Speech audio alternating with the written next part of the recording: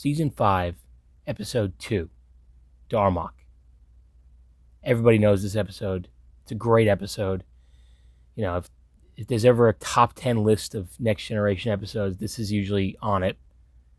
But I still think there are some fun, silly things about it. And it's also a Picard jacket episode. It's the jacket! The jacket. The jacket. Which I think is always a good look. But anyway, let's just get to the episode already. It opens up with the Enterprise en route to a meeting with the Temarians.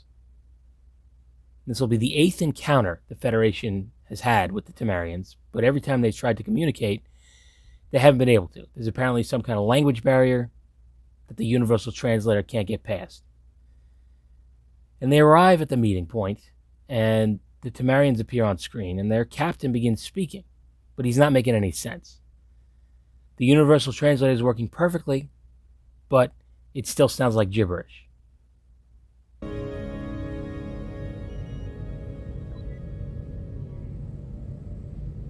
Rai and Jerry and Lunga. I mean, it kind of sounds like what the Dalai Lama said to Carl from Caddyshack. Gunga galunga. Gunga gunga la gunga. Anyway, they're getting nowhere. And after arguing with his first officer, the Temarian captain beams away, along with Captain Picard. They both end up on the planet's surface below, and the Temarian ship has somehow managed to create a force field around the entire planet, which prevents the Enterprise from beaming up Picard, or beaming anybody else down. And the Temarians have foreskins on their thumbs for some reason. I don't know why. And I don't really want to know why, to be honest with you. But that's another thing that Star Trek does from time to time with makeup. It's not just foreheads. Sometimes they fuck around with fingers. I don't know why. And it seems like the Temarian captain just wants to fight Picard. It's the first time we hear him say Darmok and Jalad at Tanagra, which of course is meaningless to Picard. And he refuses to fight.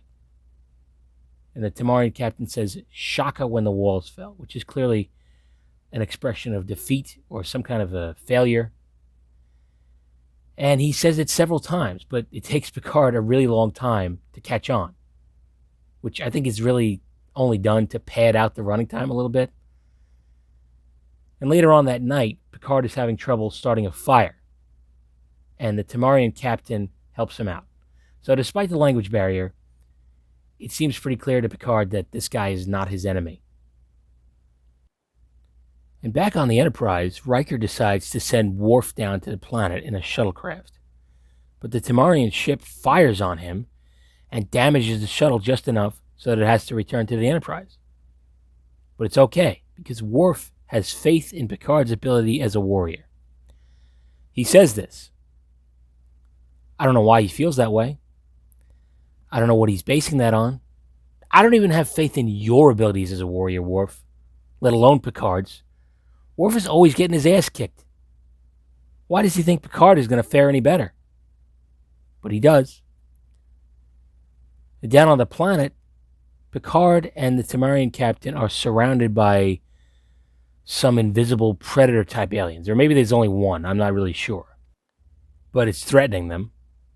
And Picard finally figures out how the Temarians communicate. That's how you communicate, isn't it? By citing example. By metaphor. Which, it seems pretty obvious. I don't know why Picard is the last person to figure this out, but he is. The Enterprise crew has already figured this out. And they're about to fight alongside each other against this invisible alien, but the Enterprise attempts to beam Picard up through the force field. But they fail. But it immobilizes Picard just for a few seconds, and it leaves the Temarian captain without any backup. And Picard is able to fight off the creature once he rematerializes, but it's too late to save the Temarian captain. He's mortally wounded. He's all fucked up. And he's got some cannoli cream dripping out of his fucking forehead. And yeah, I know, I could have said jizz. That's the obvious joke. But I wanted to keep it classy, So I went with a pastry. Nice little pastry joke. Anyway, to comfort him, Picard tells him a very shortened version of the story of Gilgamesh. And it's a great scene. It's probably the best scene in the whole episode, in my opinion. But of course, the Tamarian captain has no way of understanding it because he doesn't know who Gilgamesh is. And maybe now he knows how everyone else feels when he talks. And the Enterprise can't make another attempt to beam up Picard. So they consider attacking the Tamarian ship as a last-ditch effort to get the force field down, just long enough for them to beam him up. And they're successful. They beam Picard up. But the Tamarian ship seems prepared to destroy the Enterprise for doing this. But Picard gets to the bridge and opens the channel just in time, and he's able to defuse the situation by speaking in metaphors about the events that took place on the planet. And the Tamarian crew mourns the death of their captain, and they go on their way, never to be seen again. The end. Great episode, but it's very bizarre at times. There's some holes in it. I mean, what was the creature they were fighting on the planet? They never find that out. Seems odd to antagonize a random alien creature in an effort to create a bonding moment with a member of the Federation, but that's exactly what this guy's plan is. I mean, he basically forces Picard to go on a glorified hunting trip in the hopes that he'll become buddies with him. It's really weird. And the idea that an alien species would communicate in metaphors is interesting, but they have to know that no one else is going to understand their references. This is like if aliens landed on Earth and we decided to speak to them by referencing things from our own mythology. It would be ridiculous. Like if the president said to the alien ambassador, Richard Gere, his asshole filled with gerbils. You know, what would that mean to an alien? What does that mean to us? I mean, it's obviously a reference to the long-standing rumor that Richard Gere had to have some sort of rodent removed from his ass. I mean, it's not true. But it's kind of part of our modern mythology. I mean, everyone knows that fucking rumor. I'm starting to think that maybe this was a bad example. But you know what I'm saying. I mean, maybe a better example would be like Abraham Lincoln and John Wilkes Booth at Ford's Theater. But what does that mean? Could mean a multitude of things. Does it mean assassination? Does it mean danger? Could mean anything. Even to people who know who those people are. It could mean anything. I mean, there's got to be confusion even among the Tamarian people with these fucking metaphors.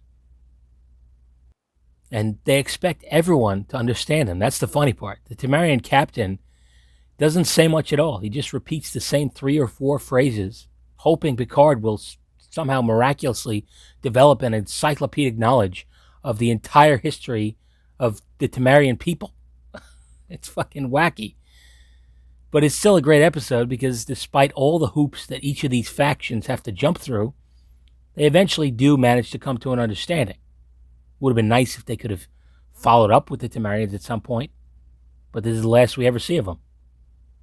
So it's just another one-off Star Trek species, sadly.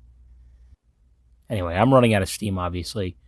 I feel like I was treading water with this video, honestly. It's a good episode, so there's not a lot to poke fun at.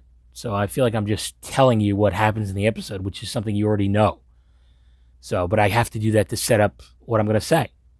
So maybe this was a bit of an awkward video, and it's much shorter than I thought it would be. But like I said, that's because it's a great episode, and it's tough to find things to laugh at when it's a great episode.